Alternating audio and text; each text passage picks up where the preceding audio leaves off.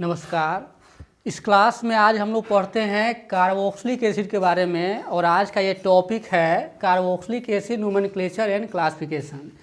इसका मतलब ये हो गया कि आज इस क्लास में केवल हम लोग कार्बोक्सिलिक एसिड क्या है, इसका नामकरण कैसे किया जाता है और कार्बोक्सिलिक एसिड को अलग अलग भागों में किस प्रकार से बांटा गया है, तो ये बताते चले कि अभी जो हम लोग चैप्टर पढ़ रहे हैं वो एल्डिहाइड, कीटोन और कार्बोक्सिलिक एसिड है। तो इसमें एल्डिहाइड और कीटोन को हम लोग कंप्लीट कर लिए हैं और ये क्लास में है हम लोग जान रहे हैं पढ़ने के लिए आज कार्बोक्सिलिक एसिड क्या है और इसका नामकरण कैसे करते हैं। फिर उसके बाद का टॉपिक होगा इसका प्रिपरेशन और फिर प्रॉपर्टीज। तो यहाँ कार्बोक्सिलिक एसिड क्या है, यानी ऐसा ऑर्गेनिक कंपाउंड जिसमें फंक्शनल ग्रुप के रूप में कार्बोक्सिलिक ग्रुप लगा रहता है वो कार्बोक्सिलिक एसिड कहलाता है। तो यहाँ कार्बोक्सिलिक एसिड यहाँ लिख सकते हैं carboxylic acid.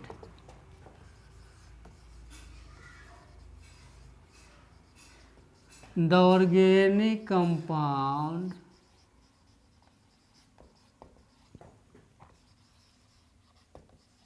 in which carboxylic group is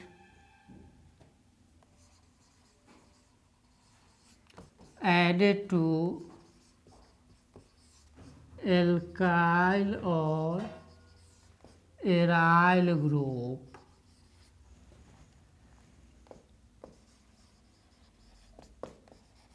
that is called carboxylic acid.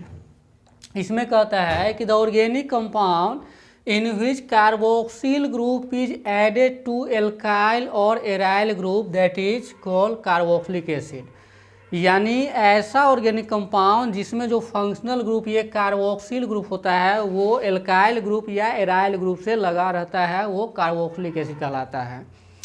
तो यहाँ एल्काइल ग्रुप हुआ कि ऐसा ग्रुप जो किसी एल्केन से एक हाइड्रोजन परमाणु को हटाने के बाद जो ग्रुप प्राप्त होता है वो एल्काइल ग्रुप कहलाता है। और जो एराइल ग्रुप है इसको फिनाइल ग्रुप के नाम से भी जाना जाता है, यानी बेंजीन से एक हाइड्रोजन परमाणु को हटाने के बाद जो ग्रुप हमें प्राप्त होता है वो एराइल ग्रुप या फिनाइल ग्रुप कहलाता है। तो यहाँ एल्काइल ग्रुप आर हुआ, एराइल ग्रुप को भी हम आर ही लिखते हैं लेकिन कभी कभी उसका मतलब हो जाता है एल्काइल ग्रुप या फिर एराइल ग्रुप। तो एल्काइल ग्रुप अगर लगा रहेगा तो वो एलिफैटिक कार्बोक्सिलिक एसिड होगा और एराइल ग्रुप लगा रहेगा तो वो एरोमेटिक कार्बोक्सिलिक एसिड होगा। तो फिर यहाँ अगर एल्काइल ग्रुप है तो एल्काइल ग्रुप क्या हुआ, यहाँ CH4 है, इसमें से एक हाइड्रोजन निकालेंगे तो ये मिथाइल ग्रुप कहलाता है। ये C2H6 इथेन हुआ, इसमें से एक हाइड्रोजन हम निकालेंगे तो यहाँ C2H5 हो गया तो इथाइल ग्रुप हुआ। ये C3H8 ये प्रोपेन हुआ, इसमें से एक हाइड्रोजन हम निकालेंगे तो ये हो गया आपको C3H7 हो जाएगा, ये प्रोपाइल ग्रुप हुआ। तो ये मिथाइल ग्रुप हुआ, इथाइल ग्रुप हुआ, ये प्रोपाइल ग्रुप हुआ। ये सभी के सभी एल्केन ग्रुप है। तो यानी किसी एल्केन से एक हाइड्रोजन परमाणु को हटाने के बाद जो ग्रुप प्राप्त होता है उसको हम एल्काइल ग्रुप कहते हैं। जैसे मीथेन से निकालते हैं तो ये मिथाइल ग्रुप हुआ, इथेन से निकालते हैं तो इथाइल ग्रुप हुआ, इस तरह से प्रोपेन से निकालते हैं तो ये प्रोपाइल ग्रुप हुआ। तो ये सभी के सभी एल्काइल ग्रुप आर ही कहलाता है, चूँकि एल्काइल ग्रुप को हम आर से सूचित करते हैं। और यहाँ जो एराइल ग्रुप है तो ये C6H6 ये बेंजीन होता है, इसमें से एक हाइड्रोजन परमाणु को हम निकालते हैं तो ये C6H5 हो जाता है, ये फिनाइल ग्रुप कहलाता है, फिनाइल ग्रुप हो गया या इसको एराइल ग्रुप कहते हैं। इसको भी आर लिखा जाता है। तो यहाँ एल्काइल और एराइल ग्रुप अगर कार्बोक्सिलिक एसिड से ये जुड़ा हुआ रहता है तो कंपाउंड क्या कहलाएगा, कार्बोक्सिलिक एसिड कहलाएगा। तो इस आधार पर हम ये कह सकते हैं कि ऐसा कार्बनिक यौगिक जिसमें क्रियात्मक समूह COOH जिसको कार्बोक्सिल ग्रुप कहा जाता है वो एल्काइल ग्रुप से या एराइल ग्रुप से लगा हुआ रहता है या किसी रूप में लगा रहेगा तो वो कार्बोक्सिलिक एसिड कहलाता है। तो ऐसे कंपाउंड को हम कार्बोक्सिलिक एसिड समझेंगे और इस ग्रुप के आधार पर भी हम उसको पहचान लेंगे कि ये कार्बोक्सिलिक एसिड है। तो ये रहा एल्काइल ग्रुप और ये रहा एराइल ग्रुप, तो यही उस कंपाउंड से लगा हुआ रहेगा। तो कैसे लगा हुआ रहेगा, जैसे मान लिया कि यहाँ पर अगर CH3COH है तो हो जाएगा एस्टिक एसिड, अगर यहाँ C2H5COH रहेगा तो हो जाएगा प्रोपियोनिक एसिड। तो फिर ये नोमेनक्लेचर में जानते हैं। तो ये तो रहा डिफिनीशन हुआ कि कार्बोक्सिलिक एसिड क्या है। अब इसका है नोमेनक्लेचर, फिर उसके बाद हम क्लासिफिकेशन पर चलेंगे। और जब इस क्लास में अगर नोमेनक्लेचर और क्लासिफिकेशन जब हो जाएगा तो फिर इसके अगले क्लास में इसका प्रिपरेशन पढ़ेंगे।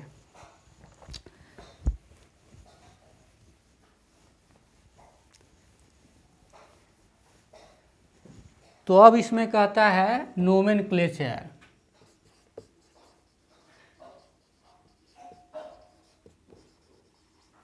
नोमेनक्लेचर ऑफ कार्बोक्सिलिक एसिड्स, यानी कार्बोक्सिलिक एसिड का नामकरण।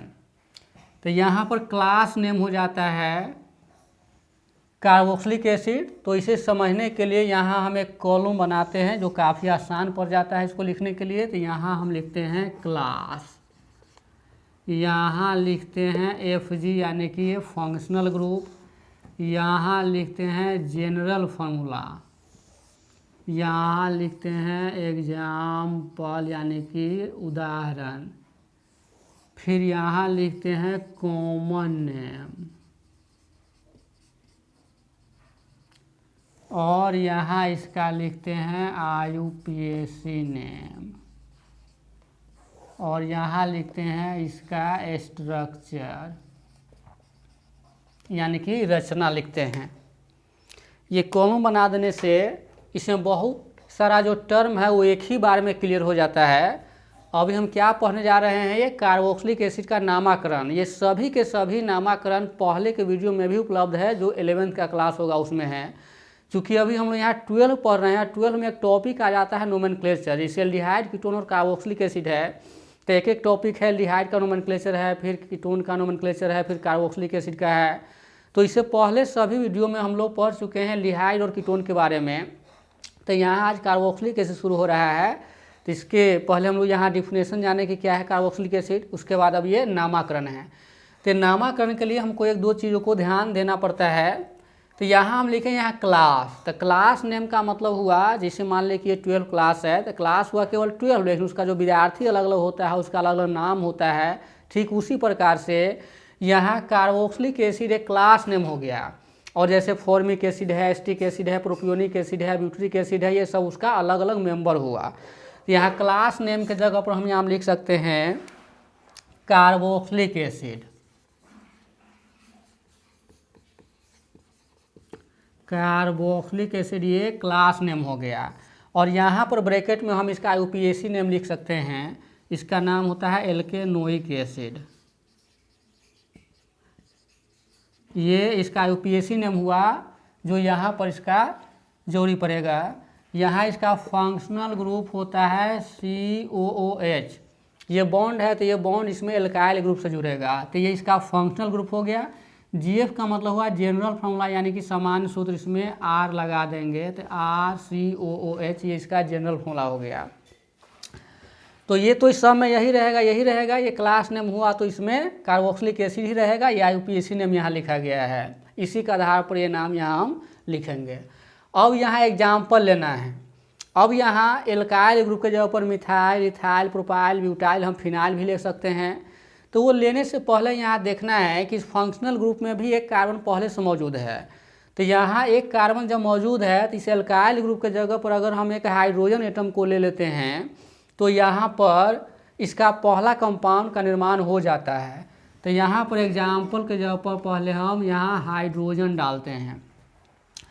तो किसी फंक्शनल ग्रुप में अगर हम हाइड्रोजन डालते हैं तो उस कंपाउंड का नाम FOR से शुरू होता है, यानी कि ये फॉर्मिक एसिड हो जाएगा। तो इसका कॉमन नेम हो जाएगा फॉर्मिक एसिड। तो यहाँ पर पहले हम लिखते हैं कॉमन नेम इसका फॉर्मिक एसिड। अब ये कॉमन नेम फॉर्मिक एसिड कैसे पड़ा? वैज्ञानिक सर्वप्रथम इस कंपाउंड को लाल चींटी से प्राप्त किया था। उस लाल चींटी को लैटिन भाषा में फॉर्मिका कहा जाता है, यानी फॉर्मिका का मतलब होता है रेड एंट। तो उस लाल चींटी से आइसोलेट किया था साइंटिस्ट पहली बार इस कंपाउंड को, इसलिए इसका कॉमन नेम है फॉर्मिक एसिड। जब कॉमन नेम नाम दिया जाता है तो उसके स्रोत के आधार पर दिया जाता है, स्थान के नाम पर दिया जाता है, उसमें स्थानीय मैटर उसमें इन्वॉल्व रहता है, तो इसके आधार पर इसका कॉमन नेम लिखा जाता है। लेकिन जो IUPAC नेम है वो एक इंटरनेशनल नेम है, जो सब इसी के नाम से इसको जानेगा। तो यहाँ H रखने से भी पहला कंपाउंड बन जाता है। ऐसा इसलिए कि इस फंक्शनल ग्रुप में पहले से कार्बन है, यहाँ हाइड्रोजन देने से ही एक कंपाउंड बन जाता है। तो जब यहाँ हाइड्रोजन डालते हैं या किसी फंक्शनल ग्रुप में जिसमें पहले से अगर कार्बन मौजूद हो तो वहाँ हाइड्रोजन डालाता है। जैसे एमाइड हुआ, कार्बोक्सिलिक एसिड हुआ, एसिड हैलाइड हुआ, एल्डिहाइड हुआ, इस सब में H रखते हैं। तो जैसे इसमें H रखेंगे तो सभी कंपाउंड का नाम FOR से शुरू होता है। जैसे यहाँ कार्बोक्सिलिक एसिड है तो ये हो गया फॉर्मिक एसिड, अगर एल्डिहाइड रहेगा तो फॉर्मल्डिहाइड, अगर वो एमाइड रहेगा तो फॉर्मामाइड हो जाएगा, और वहाँ पर अगर एसिड हैलाइड रहेगा तो वो जो है सो फॉर्माइल हैलाइड हो जाता है। इस तरह से मिथेनॉइल हैलाइड हो जाता है। तो इस तरह से उसका नामकरण होता है। तो यहाँ जो कॉमन नेम है वो स्रोत के आधार पर दिया गया है। चूँकि फॉर्मिक एसिड जो नाम पड़ा है वो लैटिन वर्ड फॉर्मिका से आया है, जो रेड एंट यानी कि लाल चींटी को फॉर्मिका कहा जाता है लैटिन भाषा में। तो ये हो गया फॉर्मिक एसिड। अब यहाँ IUPAC नेम लिखना है, तो IUPAC नेम लिखते वक्त यहाँ पर हमको ध्यान देना है कार्बन की संख्या। तो इसमें कार्बन की संख्या कितना है? 1 है। कार्बन की संख्या 1 है तो वो मीथेन होगा, 2 है तो इथेन होगा, 3 है तो प्रोपेन होगा। तो फिर प्रोपेन होगा तो किस आधार पर होगा? यहाँ एल्केनोइक एसिड है, तो 1 कार्बन है तो हो जाएगा मिथेनोइक एसिड, 2 रहेगा तो इथेनोइक एसिड, 3 रहेगा तो प्रोपेनोइक एसिड, 4 रहेगा तो हो जाएगा ब्यूटेनोइक एसिड। तो इस तरह से यहाँ एल्केनोइक एसिड है, तो यहाँ 1 कार्बन है तो ये हो जाएगा आपको मिथेनोइक एसिड, मिथेनोइक एसिड ये हो जाएगा। और ये रहा इसका स्ट्रक्चर, ये हो गया। तो यहाँ स्ट्रक्चर पर जरा हम गौर करते हैं, तो यहाँ हम देख रहे हैं कि ये CO ग्रुप है, तो इस CO ग्रुप को कार्बोनिल ग्रुप कहा जाता है, यहाँ OH ग्रुप को हाइड्रोक्सिल ग्रुप कहा जाता है। तो जो कार्बोक्सिलिक एसिड का जो नाम पड़ा है कार्बोक्सिलिक एसिड, ये 2 शब्दों से आया है, एक है कार्बोक्सी और दूसरा है एक है कार्बो और दूसरा है सील, तो उसी से बना है कार्बोक्सिलिक एसिड। यानी कार्बो का मतलब हुआ कार्बोनिल ग्रुप, और अंत में जो XY लाया हुआ है इसका मतलब हुआ कि वो हाइड्रोक्सिल ग्रुप है। तो कार्बोनिल ग्रुप और हाइड्रोक्सिल ग्रुप मिलकर के कार्बोक्सिलिक ग्रुप बनता है, इसलिए इसका नाम पड़ा है कार्बोक्सिलिक एसिड, क्योंकि इसमें कार्बोनिल ग्रुप को CO और ये हाइड्रोक्सिल ग्रुप है। तो हाइड्रोक्सिल ग्रुप और कार्बोक्सिलिक ग्रुप मिलकर के ये कार्बोक्सिलिक एसिड बनता है, इसलिए इसका नाम पड़ा है कार्बोक्सिलिक एसिड। तो ये पहला कंपाउंड ये कंप्लीट हो गया जो फॉर्मिक एसिड है। पुनः हम लोग इसको समझ लें, यहाँ 7 कॉलम बना हुआ है, 7 कॉलम का अपना एक अलग यहाँ महत्व है, जिसमें ये क्लास नेम हुआ। जैसे कार्बोक्सिलिक एसिड एक अलग क्लास है जिसका IUPAC नेम यहाँ लिखा गया है एल्केनोइक एसिड। ये FG का मतलब हुआ फंक्शनल ग्रुप यानी कि क्रियात्मक समूह या क्रियाशील समूह। तो ये बॉन्ड COOH इसका फंक्शनल ग्रुप होता है। ये GF हुआ यानी कि जनरल फॉर्मूला, यहाँ पर हम एल्काइल ग्रुप लगा देते हैं ये बॉन्ड के जगह पर, क्योंकि जितना भी वो बॉन्ड होगा किसी फंक्शनल ग्रुप में वो एल्काइल ग्रुप से जुटेगा। और एल्काइल ग्रुप क्या है? तो किसी एल्केन से एक हाइड्रोजन परमाणु को हटाने के बाद जो ग्रुप प्राप्त होता है वो एल्काइल ग्रुप कहा जाता है। और इस सभी एल्काइल ग्रुप को हम कैपिटल R से सूचित करते हैं। और कहीं भी ऑर्गेनिक केमिस्ट्री में अगर R है इसका मतलब हो जाता है एल्काइल ग्रुप या फिर एराइल ग्रुप। तो यहाँ H रखने से एक कंपाउंड बन जाता है, जब H रखेंगे तो हो जाएगा फॉर्मिक एसिड। फिर यहाँ CH3 डालते हैं, CH3COOH। तो जब CH3 डालेंगे तो उस कंपाउंड का नाम हो जाएगा एसिटिक एसिड, यानी ACE से चालू होगा, तो ये कॉमन नेम हो जाएगा इसका एसिटिक एसिड। और ये भी एसिटिक एसिड नाम कैसे पड़ा है? ये विनेगर में पाया जाता है और उस विनेगर को एसिटम कहा जाता है लैटिन भाषा में, इसलिए इसका नाम पड़ा है एसिटिक एसिड। चूँकि ये कॉमन नेम हो स्रोत के आधार पर दिया जाता है। तो यहाँ एसिटिक एसिड हो गया। यहाँ IUPAC नेम जब लिखेंगे तो यहाँ 2 कार्बन मौजूद है, एक यहाँ और एक यहाँ, तो 2 को इथेन कहते हैं। और यहाँ इसका संपूर्ण क्लास का जो IUPAC नेम है वो एल्केनोइक एसिड है, तो 2 कार्बन है इसलिए वहाँ पर हो जाएगा इथेनोइक एसिड। तो यहाँ पर लिखेंगे इथेनोइक एसिड। अब यहाँ पर इसका स्ट्रक्चर ये हो जाएगा, ये जो अंत में है वो कार्बोक्सिलिक ग्रुप का रहबे करेगा, और जैसे जैसे कार्बन बढ़ेगा वो इधर बढ़ता चला जाएगा, तो वो स्ट्रक्चर है।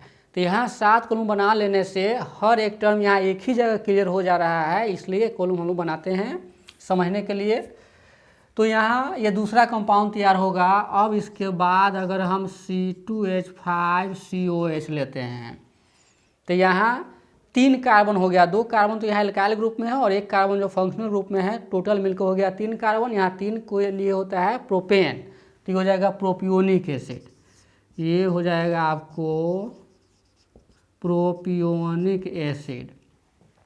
थर्ड में PiO लिखते हैं। अब यहाँ 3 कार्बन है तो जो IUPAC नेम हो जाएगा वो हो जाएगा प्रोपेनोइक एसिड, तो यहाँ पर लिखेंगे प्रोपेनोइक एसिड। और फिर इसी प्रकार से यहाँ स्ट्रक्चर इसका हो जाएगा, जैसे जैसे कार्बन बढ़ेगा हम बाईं ओर लिखते चले जाएंगे और दाहिनी तरफ वो ये ग्रुप कांस्टेंट रहेगा जो फंक्शनल ग्रुप का है। फिर यहाँ पर अगर हम C3H7 लेते हैं COH, तो ये टोटल कार्बन इसमें 4 हो गया, तो 4 कार्बन को हम ब्यूटेन कहते हैं, तो ये हो जाएगा ब्यूट्रिक एसिड और उसका IUPAC नेम हो जाएगा ब्यूटेनोइक एसिड। तो यहाँ पर इसका कॉमन नेम लिखते हैं ब्यूट्रिक एसिड। ये ब्यूट्रिक एसिड रैंसिड बटर यानी जो सड़ा हुआ मक्खन होता है उसमें पाया जाता है, जो एक्सपोज्ड बटर होता है उसमें ये पाया जाता है। तो उस बटर को लैटिन भाषा में ब्यूट्रम कहा जाता है, उस ब्यूट्रम से ही इसका नाम पड़ा है ब्यूट्रिक एसिड। तो ये स्रोत के आधार पर है कॉमन नेम। तो यहाँ पर 4 कार्बन है, तो चूंकि यहाँ एल्केनोइक एसिड इसका IUPAC नाम है IUPAC सिस्टम में, तो यहाँ 4 कार्बन के लिए ब्यूटेन होता है, तो हो जाएगा ब्यूटेनोइक एसिड। तो यहाँ पर हो जाएगा आपको ब्यूटेनोइक एसिड। फिर यहाँ पर इसी प्रकार से यहाँ 3 कार्बन एल्काइल ग्रुप का है और 1 कार्बन यहाँ कार्बोक्सिल ग्रुप का है, तो ये इसका स्ट्रक्चर के लिए यहाँ पर ऐसे हम दे देंगे, तो ये इसका स्ट्रक्चर बन जाता है। तो ये हो गया आपको ब्यूटेनोइक एसिड, जिसको कॉमन नेम में ब्यूट्रिक एसिड कहते हैं। अब इसके बाद फिर रखेंगे 5 कार्बन होगा, तब दोनों नाम सेम हो जाएगा, ये हो जाएगा पेंटेनोइक एसिड, पेंटेनोइक एसिड। तो यहाँ पर लेते हैं C4H9COOH, तो इसमें 4 कार्बन तो एल्काइल ग्रुप में ही है और 1 कार्बन यहाँ कार्बोक्सिल ग्रुप में है, तो टोटल कार्बन हो गया 5, तो ये हो जाएगा आपको पेंटेनोइक एसिड। यहाँ पर लिखेंगे पेंटेनोइक एसिड और ये भी हो जाएगा पेंटेनोइक एसिड। अब इसी तरह से इसका स्ट्रक्चर यहाँ बनते चला जाएगा। तो ये नामाकरण हुआ, ये सब सभी के सभी सिंपल कंपाउंड है और कॉम्प्लेक्स कंपाउंड का भी नामाकरण कुछ इसी ढंग से हम लोग करते हैं।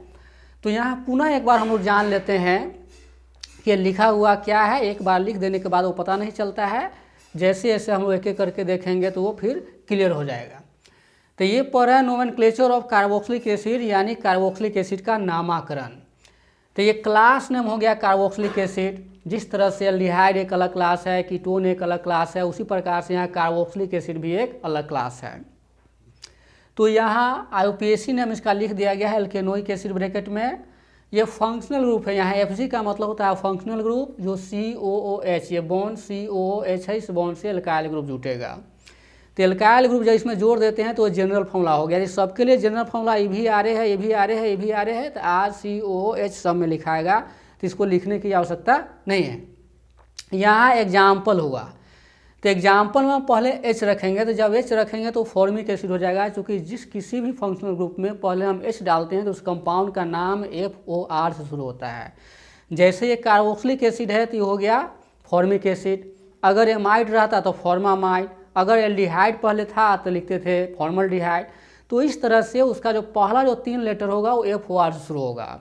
तो एक सिस्टम में है, लेकिन यहाँ जो कॉमन नेम है वो स्रोत के आधार पर दिया जाता है। क्योंकि ये फॉर्मिक एसिड इसका नाम इसलिए पड़ा है कि फॉर्मिक एसिड को वैज्ञानिक सर्वप्रथम लाल चींटी से प्राप्त किया था, और लाल चींटी यानी कि रेड एंड, उसको लैटिन भाषा में रेड एंड को फॉर्मिका कहा जाता है, इसलिए इसका नाम पड़ा है फॉर्मिक एसिड। अब यहाँ यूपीएससी सिस्टम में यहाँ कहता है एल्केनोइक एसिड, तो इसमें कार्बनिक संख्या गिनते हैं, एक कार्बन है तो हो जाएगा मिथेनोइक एसिड, 2 रहेगा डिथेनोइक एसिड, 3 रहेगा प्रोपेनोइक एसिड। तो फिर यहाँ अगर हम CH3 ग्रुप लेते हैं तो ये हो गया एस्टिक एसिड। तो जब CH3 ग्रुप डालेंगे तो उस कंपाउंड का नाम होगा ACE से। तो यहाँ एस्टिक एसिड ये दिया गया है। एस्टिक एसिड नाम रखने के पीछे भी एक कारण है कि एस्टिक एसिड विनेगर में पाया जाता है और उसको लैटिन भाषा में एसिटम कहा जाता है, इसलिए इसका नाम पड़ा एस्टिक एसिड। लेकिन यहाँ 2 कार्बन है तो हो जाएगा इथेनोइक एसिड। तो एक इंटरनेशनल सिस्टम में है, IUPAC सिस्टम में, तो ये नामकरण इसके अनुसार होगा, लेकिन ये स्रोत के आधार पर रखा गया है। 3 कार्बन लेंगे तो 3 को प्रोपेन कहते हैं, तो ये प्रोपियोनिक एसिड हो जाएगा, यहाँ प्रोपेनोइक एसिड हो जाएगा। तो कॉमन नेम में थर्ड में PIO लगाते हैं, जैसे प्रोपियोनल्डिहाइड था, प्रोपियोनिक एसिड है, फिर प्रोपियोनामाइड हो जाएगा एमाइड में। तो ये तरीका है। यहाँ है आपको 3 कार्बन प्रोपाइल ग्रुप, तो 3 और 1 4। यहाँ ध्यान देने वाली बात यह है कि यहाँ जो कार्बन जो फंक्शनल रूप में मौजूद है उसको भी गिनती हम लोग करते हैं। तो यहाँ 4 है तो 4 के लिए हो जाएगा ब्यूटेनोइक एसिड, और ये ब्यूटरिक एसिड है, और ब्यूटरिक एसिड का नाम स्रोत के आधार पर रखा गया है। चूँकि ये ब्यूटरिक एसिड रैंसिड बटर है, जो सड़ा हुआ जो मक्खन होता है, जो एक्सपोज्ड मक्खन होता है, उसको रैंसिड बटर कहा जाता है, और उसमें ये पाया जाता है, इसलिए इसका नाम पड़ा है ब्यूटरिक एसिड, चूँकि उसको लैटिन भाषा में ब्यूटरम कहा जाता है। और इसका IUPAC सिस्टम में ब्यूटेनोइक एसिड हो जाएगा। अगर 5 कार्बन है तो पेंटेनोइक एसिड, और दोनों नाम इसमें सेम हो जाता है। तो इस प्रकार से कार्बोक्सिलिक एसिड का नामकरण है। ये सभी के सभी सिंपल कंपाउंड है। तो अब फिर कॉम्प्लेक्स कंपाउंड क्या है कार्बोक्सिलिक एसिड का, उस पर हम लोग थोड़ा गौर करें। तो ये जो टेबल है आप अपने इसको कॉपी में आसानी से लिख सकते हैं कभी भी रिवाइज करने के लिए, क्योंकि हर समय यहाँ पर ये देखना संभव नहीं हो पाता है, इसलिए इसको आसानी से लिखा भी जा सकता है। तो यहाँ अब हम पढ़ते हैं कॉम्प्लेक्स कंपाउंड का। ये सब सिंपल कंपाउंड की श्रेणी में आता है, और कॉम्प्लेक्स कंपाउंड का भी नामकरण जो कार्बोक्सिलिक एसिड का है ठीक इसी प्रकार से होगा।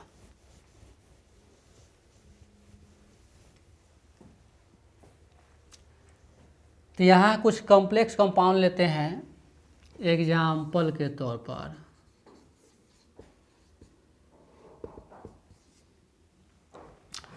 अब IUPAC नोमेनक्लेचर का क्या नियम है, इसमें क्या करते हैं, सर्वप्रथम हम कार्बन परमाणु की सबसे लंबी श्रृंखला को चुनते हैं जो पेरेंट हाइड्रोकार्बन का सूचक होता है, और कार्बन परमाणु की जो सबसे लंबी श्रृंखला है वो पेरेंट हाइड्रोकार्बन होगा, और जो पेरेंट हाइड्रोकार्बन होगा वो डिकेन से ज़्यादा नहीं जाएगा।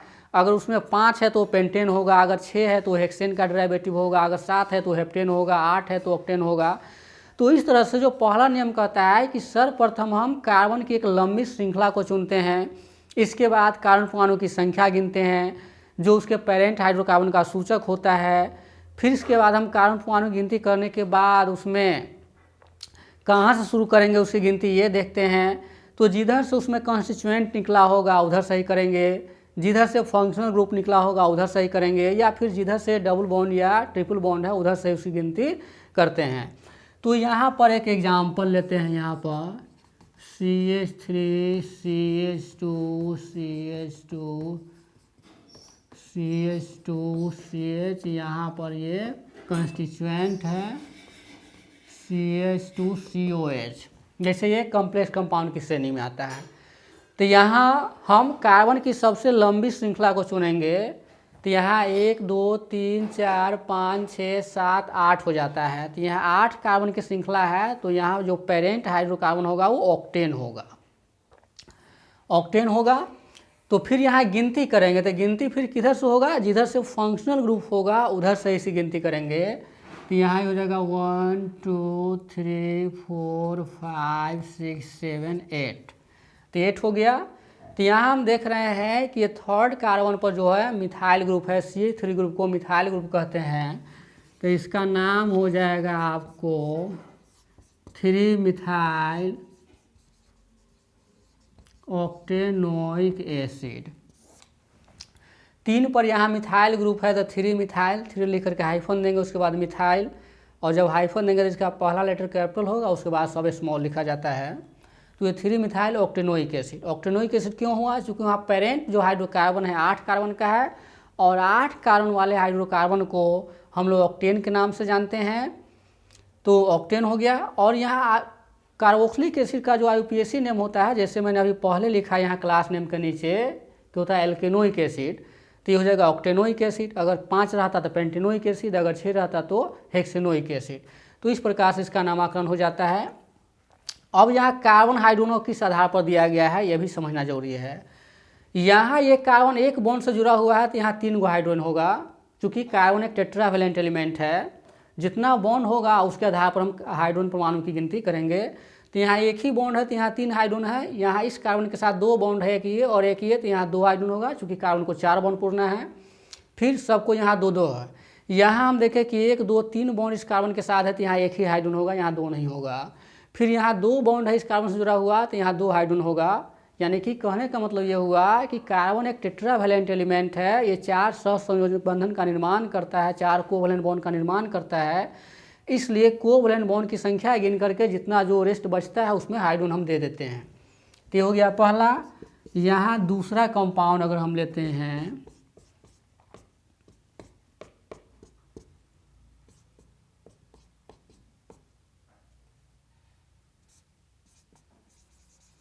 ये कंपाउंड अगर लेते हैं, कंपाउंड को इस तरह से भी दिया जा सकता है, चूँकि इस पर हाइड्रोजन नहीं दिया गया है लेकिन यहाँ हाइड्रोजन है। यहाँ पर 3 हाइड्रोजन है, यहाँ पर 2, यहाँ पर 2, चूँकि यहाँ 2 बॉन्ड है तो 2 बॉन्ड यहाँ पर कम रहा इसलिए 2 हाइड्रोजन यहाँ पर है। फिर 2 हाइड्रोजन है, यहाँ पर एक ही हाइड्रोजन है, फिर यहाँ पर 1 हाइड्रोजन है, यहाँ पर 2 हाइड्रोजन है। अब यहाँ 1 कार्बन, इसका मतलब 3 हाइड्रोजन है, चूँकि कार्बन एक टेट्रावेलेंट एलिमेंट है।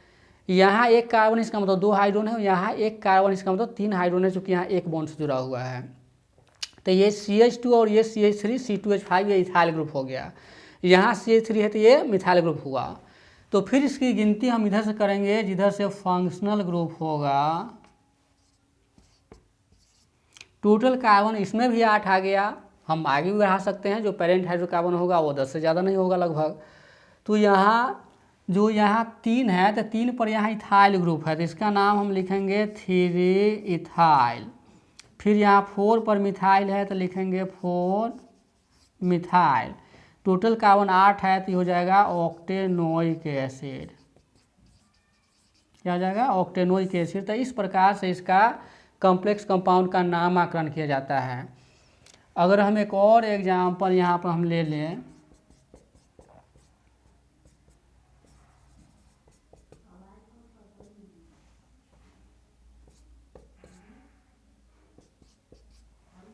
तो यहाँ पर 1 2 3 4 5 6 7, तो यहाँ 5 पर भी इथाइल ग्रुप है, 4 पर भी इथाइल ग्रुप है, तो यहाँ लिखेंगे 4 5 2 इथाइल तो हो जाएगा डाइथाइल।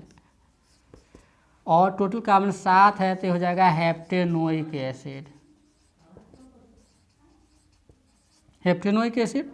तो इस प्रकार से ये कॉम्प्लेक्स कंपाउंड का IUPAC नोमेनक्लेचर करते हैं। इस तरह से और एग्जाम्पल को भी लिया जा सकता है। तो ये आज की टॉपिक में हम लोगों ने क्या पढ़ा, कार्बोक्सिलिक एसिड क्या है, उस कार्बोक्सिलिक एसिड का नामकरण कैसे किया जाता है।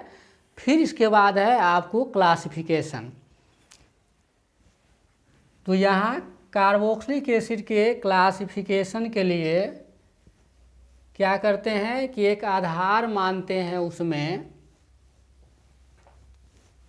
कार्बोक्सिलिक ग्रुप की संख्या को। तो कार्बोक्सिलिक ग्रुप की संख्या के आधार पर कार्बोक्सिलिक एसिड को मुख्यतः 3 भागों में बांटा गया है।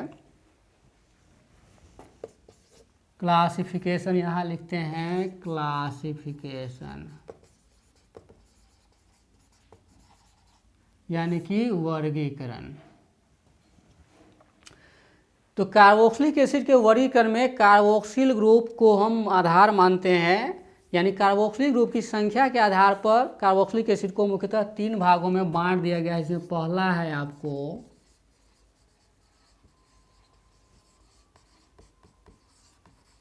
मोनो कार्बोक्सिलिक एसिड, दूसरा है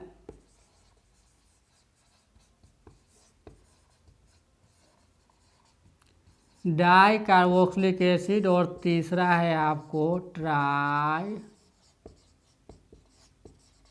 कार्बोक्सिलिक एसिड। जैसा कि ये नाम से ही क्लियर है, मोनो मतलब एक होता है, डाई मतलब दो होता है और ट्राई मतलब तीन होता है। तो ऐसा कार्बोक्सिलिक एसिड जिसमें केवल एक ही कार्बोक्सिल ग्रुप मौजूद रहता है उसे मोनो कार्बोक्सिलिक एसिड कहते हैं।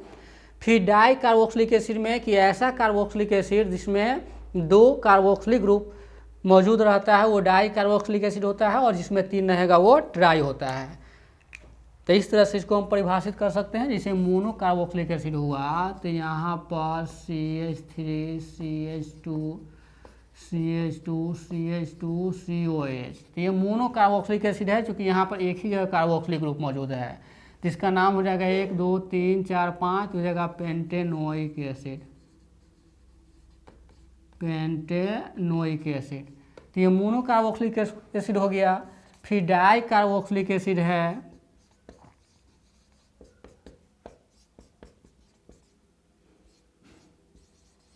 तो ये डाई कार्बोक्सिलिक एसिड हो गया, यानी कि दो कार्बोक्सिलिक ग्रुप मौजूद रहेगा तो डाई कार्बोक्सिलिक एसिड हो गया। तो इसका नाम हो जाएगा 1 2, दो कार्बन है तो इथेन हुआ, तो 1 2 इथेन डाई कार्बोक्सिलिक एसिड, इसका नाम हो जाएगा 1 2 ethane 1 2 di carboxylic acid. Ethane 1 2 di carboxylic acid, यानी इथेन 1 2 डाई कार्बोक्सिलिक एसिड। यहाँ दो जगह कार्बोक्सिलिक ग्रुप मौजूद है इसलिए डाई कार्बोक्सिलिक एसिड कंपाउंड कहलाएगा। यहाँ दो कार्बन है तो इथेन हो गया, तो 1 पर है कार्बोक्सिलिक ग्रुप, फिर 2 पर है तो इथेन 1 2 डाई कार्बोक्सिलिक एसिड होगा, क्योंकि दो कार्बन को यहाँ आधार मान करके इथेन लिया गया है। ये ट्राई कार्बोक्सिलिक एसिड हुआ, इसमें 3 जगह कार्बोक्सिल ग्रुप रहेगा।